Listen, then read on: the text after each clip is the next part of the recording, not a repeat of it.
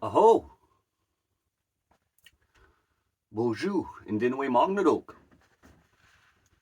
Anin, joyojik, indigenikas. And schnabe moen, jinakazon. Ni gone we way we done. Wabajiji do dem. Nindao tuk oma. Nibizin indojaba. Meanwhile, Tyendanega indojaba. What I said there was a traditional Anishinaabe greeting. I said, "Hi there, my name is Joey Ojik. My Anishinaabe spirit name he is the thunder before the storm. I am of the Martin clan. Today I live near Tuk, also known as Klahoose. I am from Nipissing territory, also from Tyendanega territory. Good day, my friends. I felt called to put these words together and offer them to the community of so-called Klahoose. The community of people who occupy the traditional territory of the Klahoose people. I would like to perhaps offer a huge Apajigo Miigwech Gimi Young Klahoose. I would offer a big thank you very much, or very much gratitude to the Klahoose for the opportunity to hold space on your sacred territory as an invited guest. I hold my hands up to you for this privilege. I think that a quote in which has stood up to me in recent days, stood out to me in recent days. It seems very, very fitting in this time. And the quote is as follows.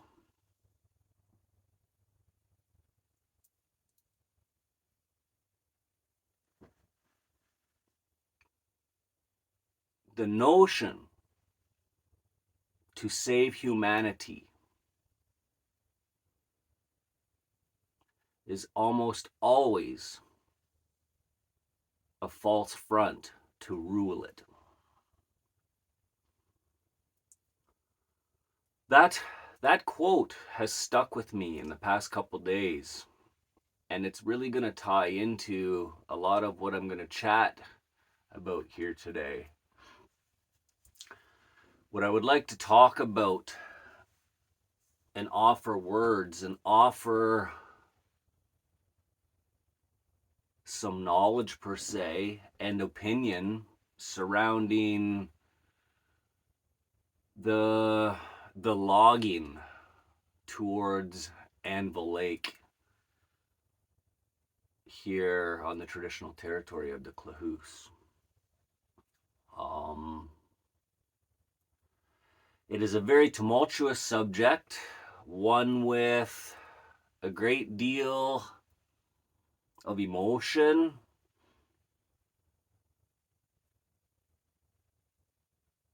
a great deal of complexity, and it is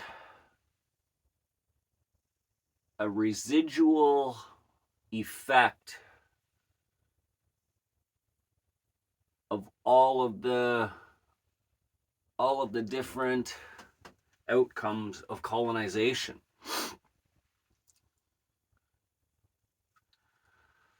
I guess what I should do is offer a little bit of how I have become involved.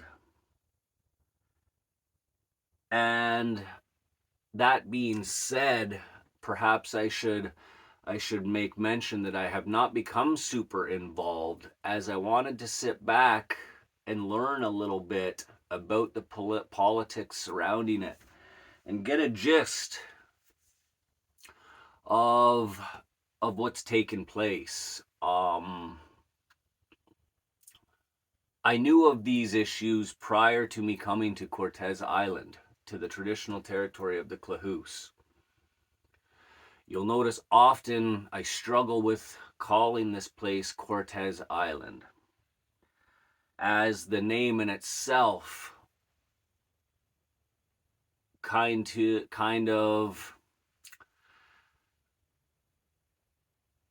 spells and paints a picture which somewhat ties right into this conversation. As we all know, or maybe we don't, that our island, and I should not say our, that's supremacy in itself. The island in which I am a guest on, we've called it Cortes. And for anybody who knows who Hernan Cortes is, the island here, and what a disrespect I find it is the island in itself is named after somebody, a Spanish conquistador, who single-handedly, against the wishes of his own evil men, conquered the Aztec nation. I myself struggle with calling the place Cortes, as I feel it's a very big disrespect to the Klahoos people to call their territory and name after somebody that slaughtered an entire race of their brethren. So you'll hear me often struggle using that name Cortes. That in itself plays into this. What brought me to Cortes? What is my relationship to Cortes?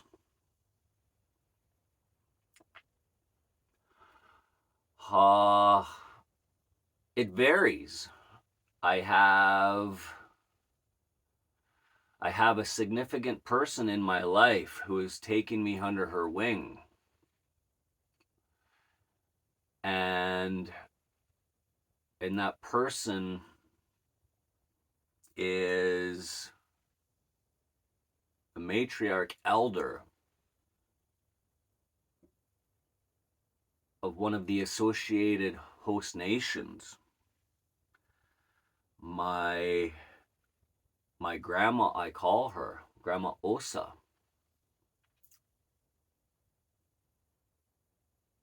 Ruby Rose Henry is a common matriarch, and her father was Klahoos. And I am very, very, very, very close with my grandmother. And I am here under direct invite of that hereditary original bloodline. I will touch a little bit also on another reason in which I am here. I was actually, and it ties in quite well with the gist of this story, is I was invited here by a settler. And one of the reasons that I was invited here was due to the fact I have throughout the years put in many, many, many years on the front lines fighting this corporate capitalistic regime and corporation called Canada and United States of America.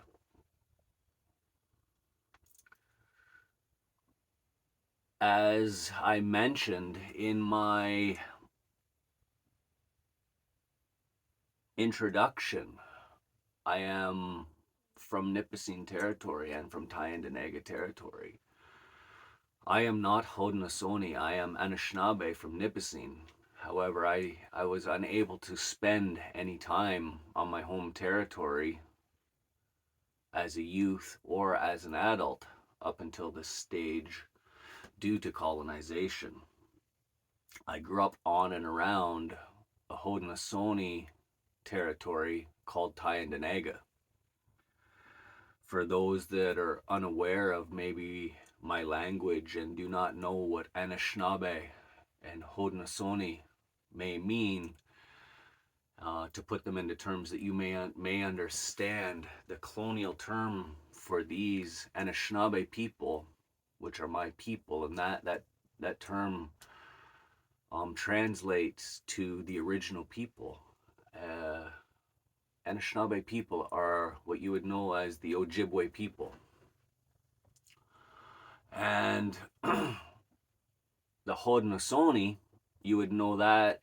You may not know of that term also. You would know that as a colonial term, Mohawk. I grew up on and around a Mohawk territory. And as a youth, the Oka crisis popped off. I was a very young boy at that time. However, many people from my community were heavily involved in that fight against this genocidal government called Canada. So I was introduced to the front lines at a very young age. However, I did not really get involved until later years.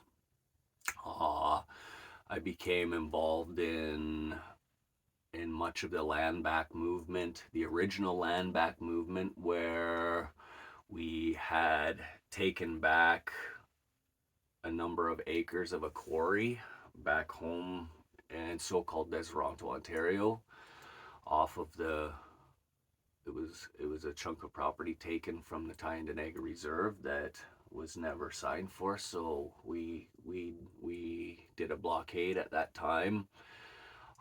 At that time, it was headed under Sean Brandt, the war chief, I do believe, at that time, from the Longhouse. Since then, I have gotten fairly heavily involved, and I've been active since about 2015, heavily to 2017. I became quite heavily involved in solidarity with Standing Rock. I became heavily involved with the fight against Trans Mountain expansion. I became involved in the fight against Line 9. I spent time and stood in solidarity with the Wet'suwet'en in Unistoten and Gidimt'en. Bayou Bridge. Many front lines. And I've earned a little bit of a reputation as a very fierce warrior, frontline warrior. And I've become a very active face, or a very active body in the face of racism. And for these reasons, I met somebody on the front lines at Fairy Creek, and they asked if I would be interested in perhaps coming to so-called Cortes Island as a guest. And a little bit of the gist behind it was there was some logging going on here, and the nation was for it. And as we all know, logging goes against our traditional values. The destruction of any living thing goes against our traditional values. So it came to my lap that perhaps I should come to the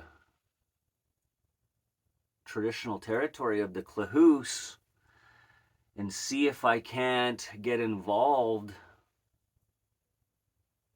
in taking an indigenous stand, as the Klahoos were being accused of not upholding their responsibilities and taking the stand. I was invited by, as I said, a settler.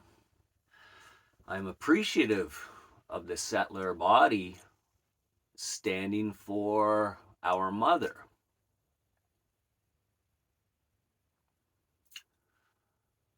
I can say this in truth.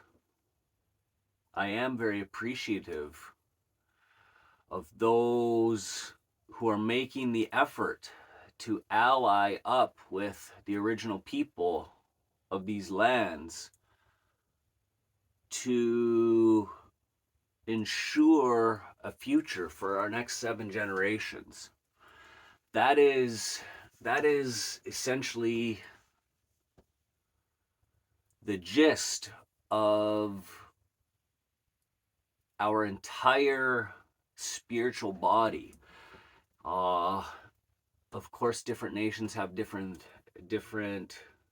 traditions. However, in Anishinaabe tradition, we call it to live Mino Bamatsuin.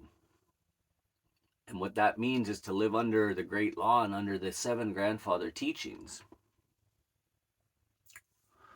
And under those 7 grandfather teachings, the reasoning behind living behind that code of ethics is to ensure that 7 generations from now, that generation has a Mother Earth to come to sustain life. And the 7 generation theory is to ensure that in 7 generations, our mother is in the same state, if not better. It means we will not harm our earth. So I'm grateful that some settler folk have come on board to try to become allies in the fight to save our mother. What I'm learning is, as I said in the quote, our want to save humanity is quite often a front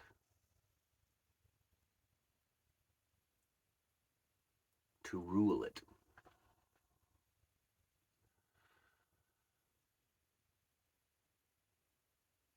I would like to say that we must talk some facts, and we must be honest with ourselves about much of what's taken place in this debate. I think one of the first things I would like to touch on is I keep hearing the Cortes Forest Partnership or Forest Alliance, or whatever the name of it is. I do apologize that I'm unaware of the name. Is in partnership with Klahoos First Nation. That is incorrect. What everybody needs to understand is Klahoos First Nation is not in its entirety chief and council. Band council, chief and council have absolutely nothing to do with the Klahoos First Nation, in the sense that it is just an Indian Act government a subsidiary government of Canada. It has nothing to do with the Klahoose people. It's a type of government put in place by Canada to essentially cater to Canada. It is one of the number one tools they used in assimilation. One of the number one causes for genocide. So I want to make very, very clear that any logging here is not in partnership with the Klahoose First Nation, as your partnership is with Klahoose Band Council. Now, let's start talking facts.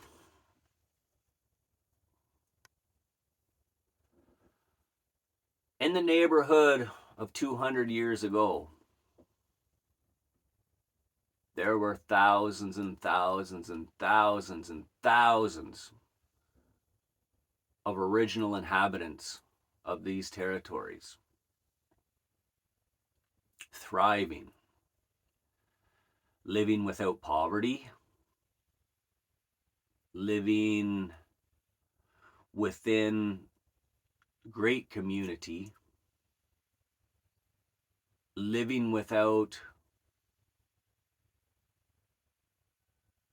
much immoral behavior.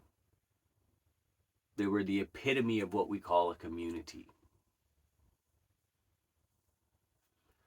A group of people, I'm going to refer to them as Canadian. A very immoral group of human. They came here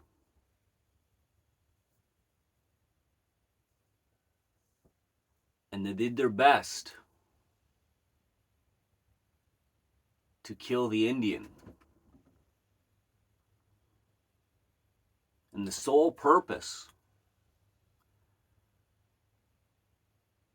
to exterminate and or assimilate an entire race of human was so that evil regime called Canada could have access to natural resources, trees being one of the number one. In fact, at that time, was the number one. Farmland and trees.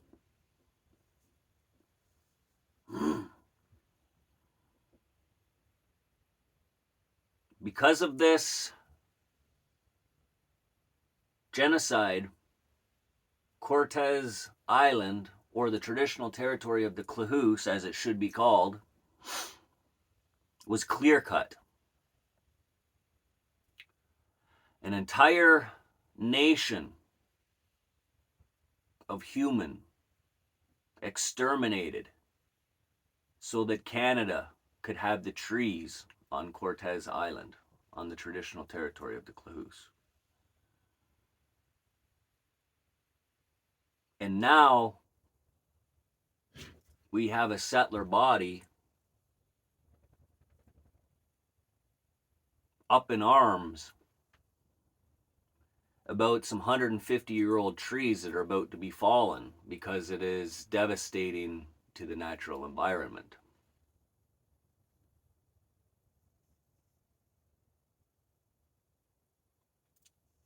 I hope you can see where the hypocrisy lies.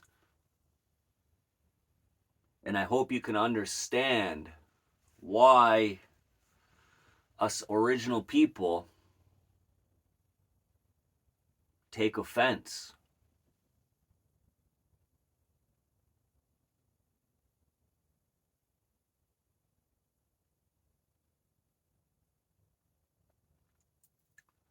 I know many people right now are thinking, and perhaps even going to say,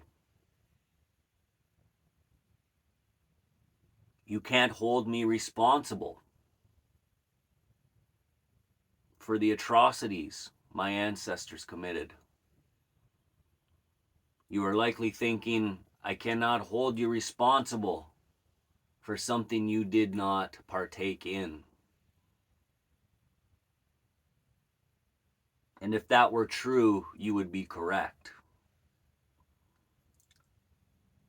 The problem is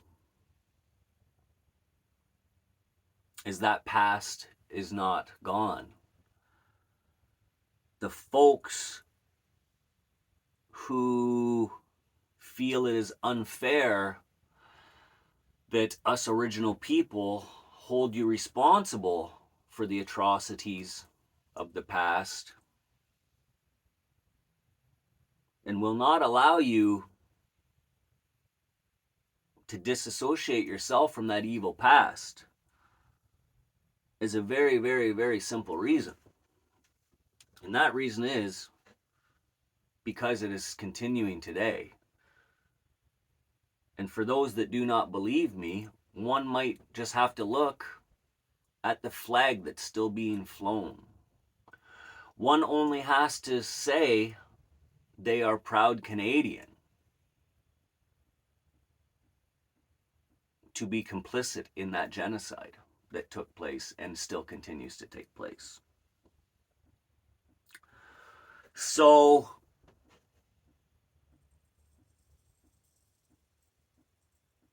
that being said,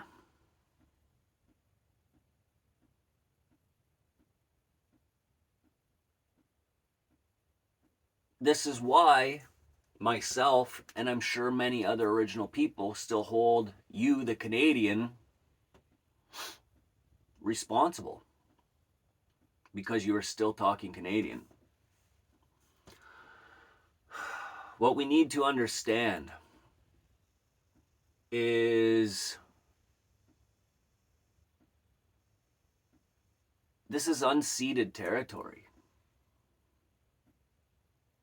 There has never been an agreement, ever, for Canadian people to occupy these lands. Unlike east of the British Columbia border, there's many treaties.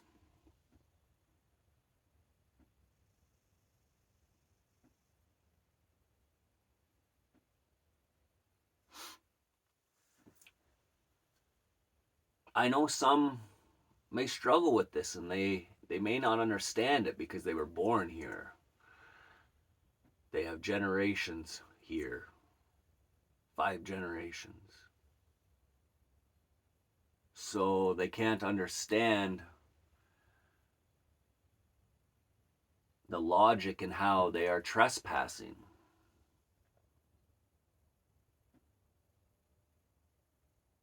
But you are.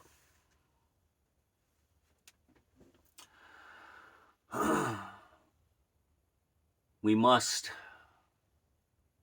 look to some hypocrisies within these arguments. As a settler body here on so-called Cortes Island,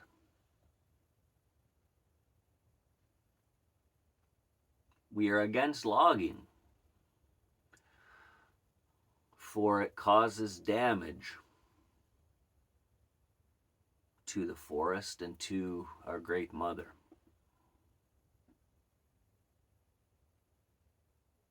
But yet, your entire existence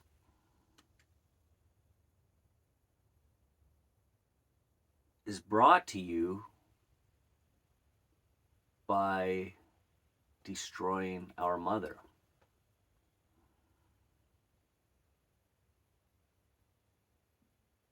I'm not sure how big this cut block is. I'm very much against it. I'm very much against Chief and Council's decision to partner up with the destruction.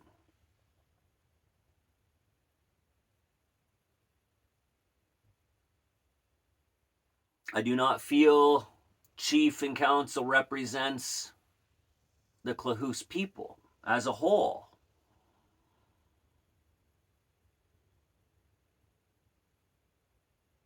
And as an Anishinaabe person, I have spoke out against this.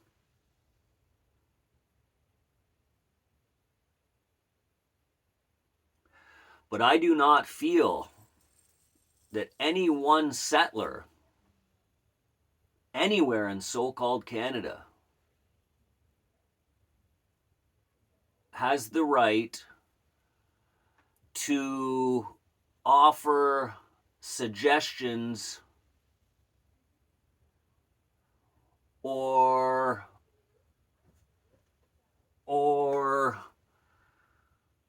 give feedback or any of these things when it comes to overruling any original person's voice. As much as I feel it's wrong that the Klahoose so-called chief is doing this, them original people have 100% say over these lands and should not be confronted by any rebuttal from any settler body. It is wrong and it is unfair. Even if the words you are using are correct, you need to understand and you need to take your own advice in this situation, your own moral realm of privacy and of trespassing. What you need to understand, the actual fact of it is you are a trespasser on so-called Cortes Island.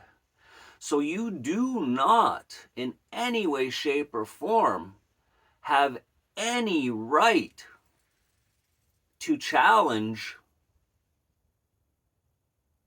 a decision of a Klahoose, even if the decision of the Klahoose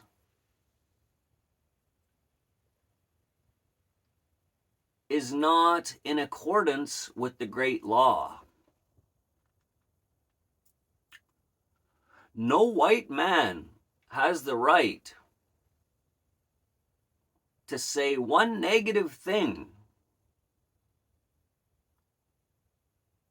about any original person's decision to do something with that land, for the simple fact is you, the settler, are the only reason the Klahoose people are making these decisions. What we need to understand is the settler community is full of wealth, riches, and so-called freedoms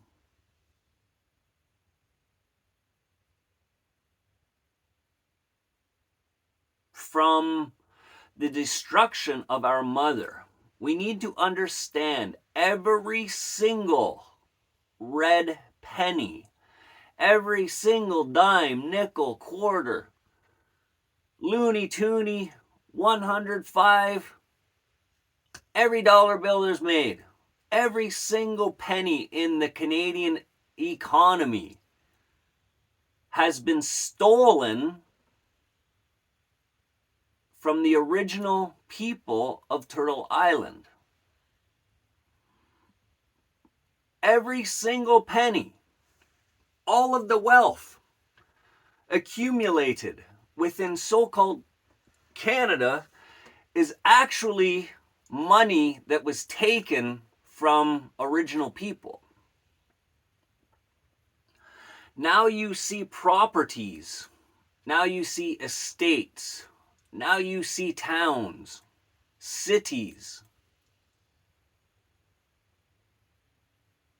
counties worth millions and millions and millions and millions of dollars. Each and every single person's here in so-called Canada's value comes from the land and the resources, what you claim natural resources,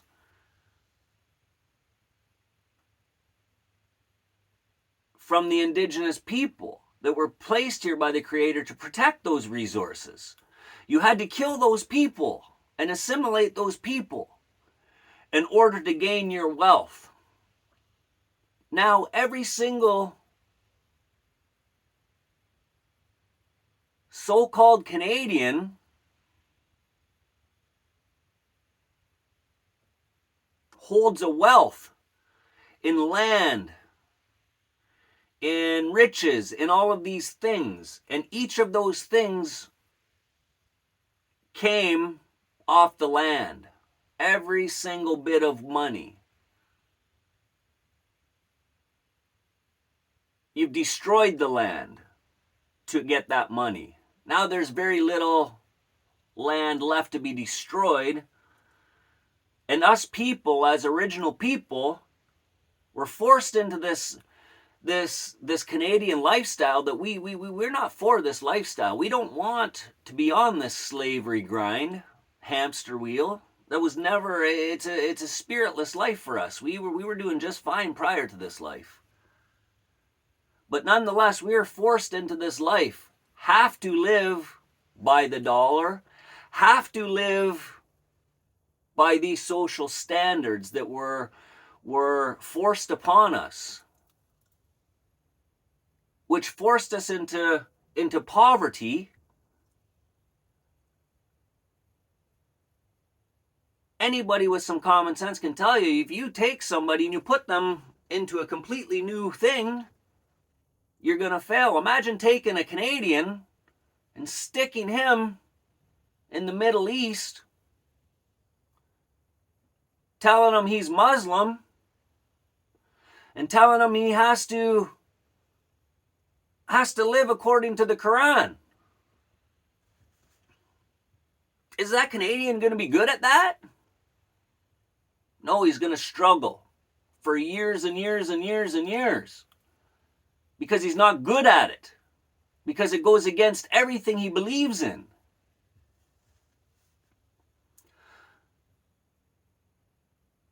So what has happened is we were forced into a lifestyle in which forced us into poverty because we're not good at this lifestyle. It makes no sense to us. We're used to praying and living in accordance with the great law. We're not used to immorally waking up, leaving our families to go earn some money. We're not used to not performing ceremony every single morning. We're not used to this immoral life so-called Canada is enforced on us. So we're not good at it.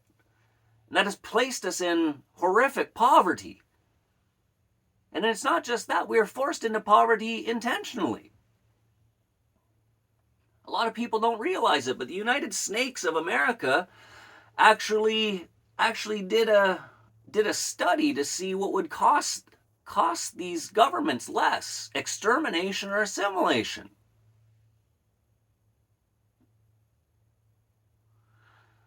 Nonetheless, here we are, we're crawling out of, you didn't kill us, we're still here, fighting, resilient. You didn't kill us, but we're crawling out of this enormous hole, forced into a life that we do not agree with. But we have no choice, otherwise we're murdered or imprisoned.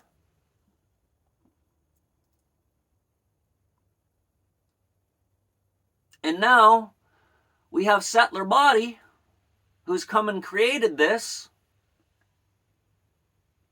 and they're now going to start point fingers at the original people for going against their traditions.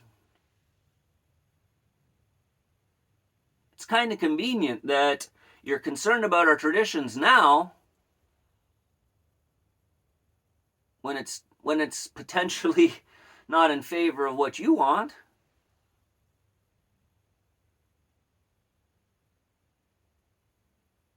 I would like to speak some facts. I'm going to call this place, as I keep doing, Cortes. Let's talk some facts about Cortes Island.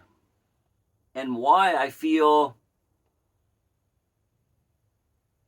the hypocrisy needs addressing.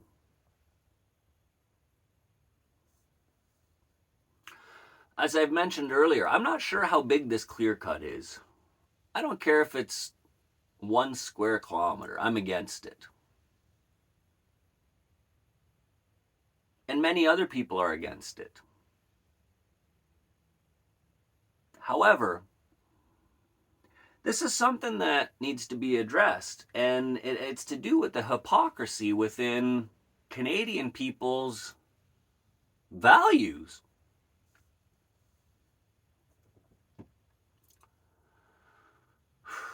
I myself am a carpenter.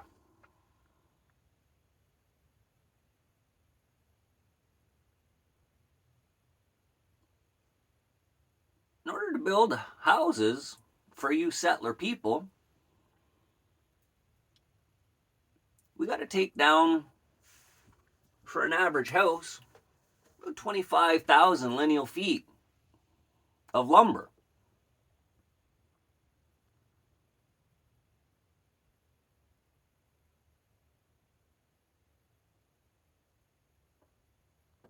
That's a lot of lumber. That's a lot of trees. Every single house needs a lot to build on. So we clear cut to build those houses. So now you've got about 25,000 lineal feet of cut down lumber in your house.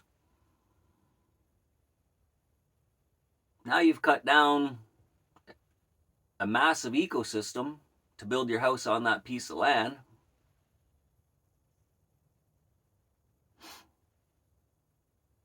As we all know, here on Cortes Island, very few driveways are very small.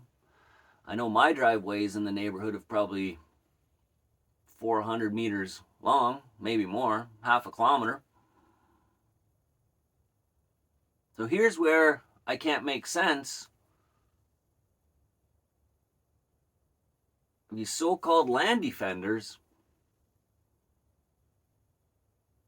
logic. Truth be told,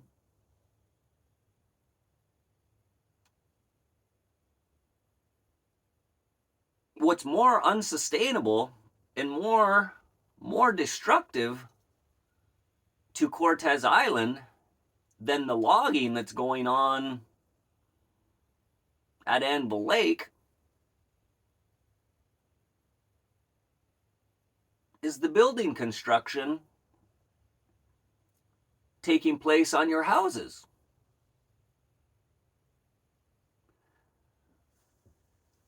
To be super truthful, the amount of building that goes on this island could not sustain it. If all the building that you settler people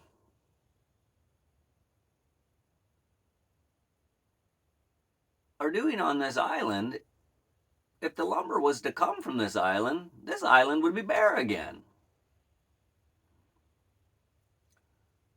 So we have a body of people out here fighting for the land, but yet how many acres of clear cut are on your property?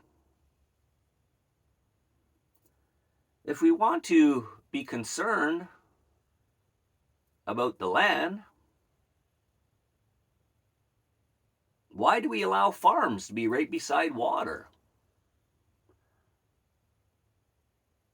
Being fairly fresh here, I'm unsure of some of the names, but I do believe, is it Linnea Farms? We have bovine, chickens, all kind of invasive species.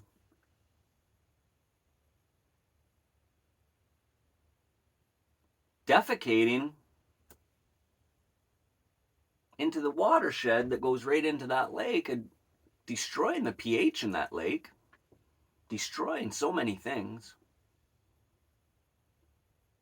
but we're worried about these couple logs?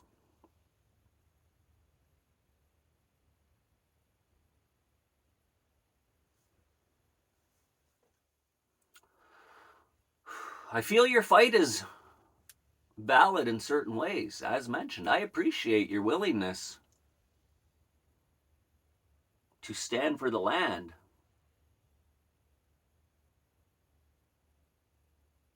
and to make an effort become ally with the original inhabitants. I'm very appreciative, but I do not appreciate the supremacy that comes along with it. And until we address the supremacy, we're not going to move forward.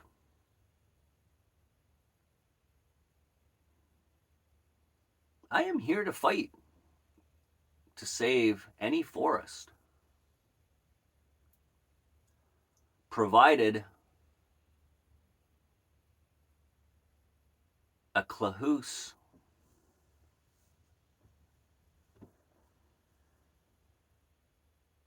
matriarch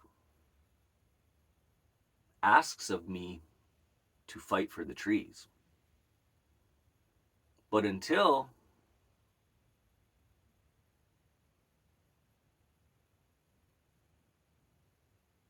the entire nation as a whole decides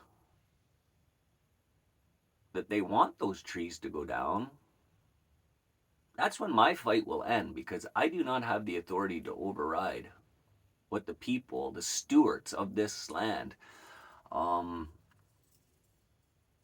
what I think something that should be maybe brought to attention here in this moment is people maybe don't understand this, but as indigenous people, we're very, very spiritual people. And the spiritual realm that us original people believe is that we were placed here specifically on Turtle Island by the Creator to steward these lands.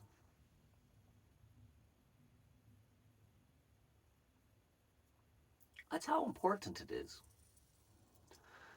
This isn't people that are just here. Our spiritual realm believes we are placed here strategically by the great mystery to protect these lands.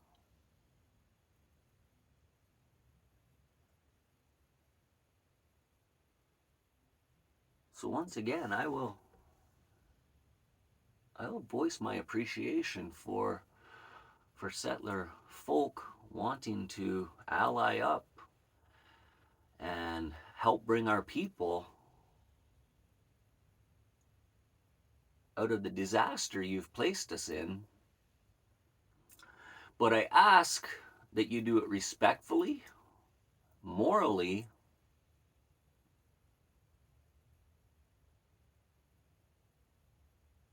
and non-hypocritically, as what I'm seeing is extremely hypocritical. What I'm seeing is people wanting or offering to save humanity under the guise of trying to rule it.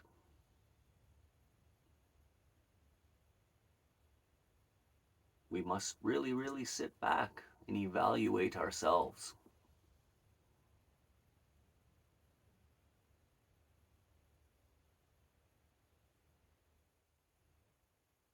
Honestly.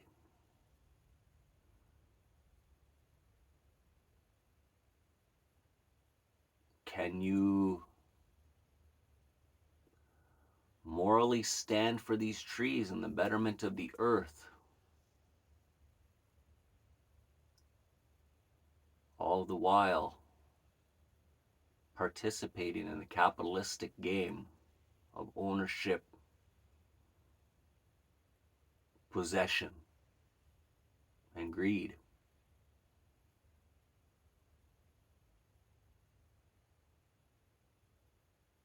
I think I will end it there. Apajigo miigwech bisandoyeg. Thank you very much for listening.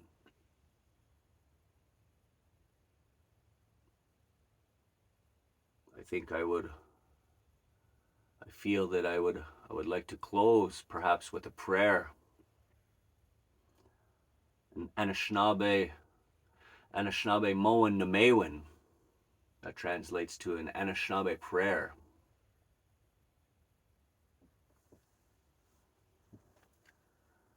Miigwech Nemashomas.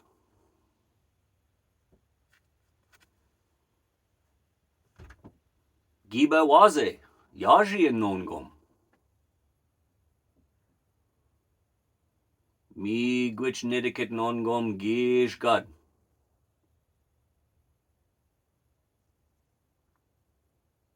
Miigwech Nidikit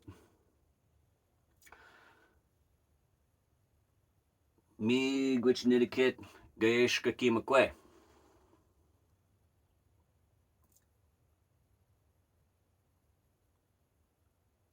Apajigo miigwech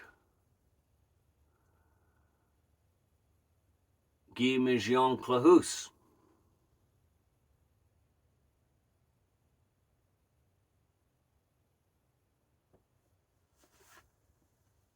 Seaman the Bogdana.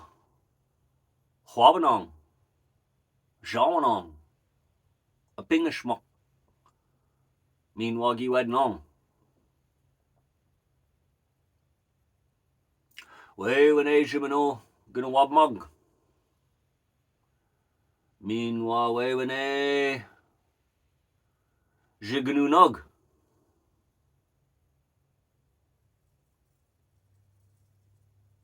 Apajigo miigwech Nemashomas. Aho. Miigwech bisandoyeg.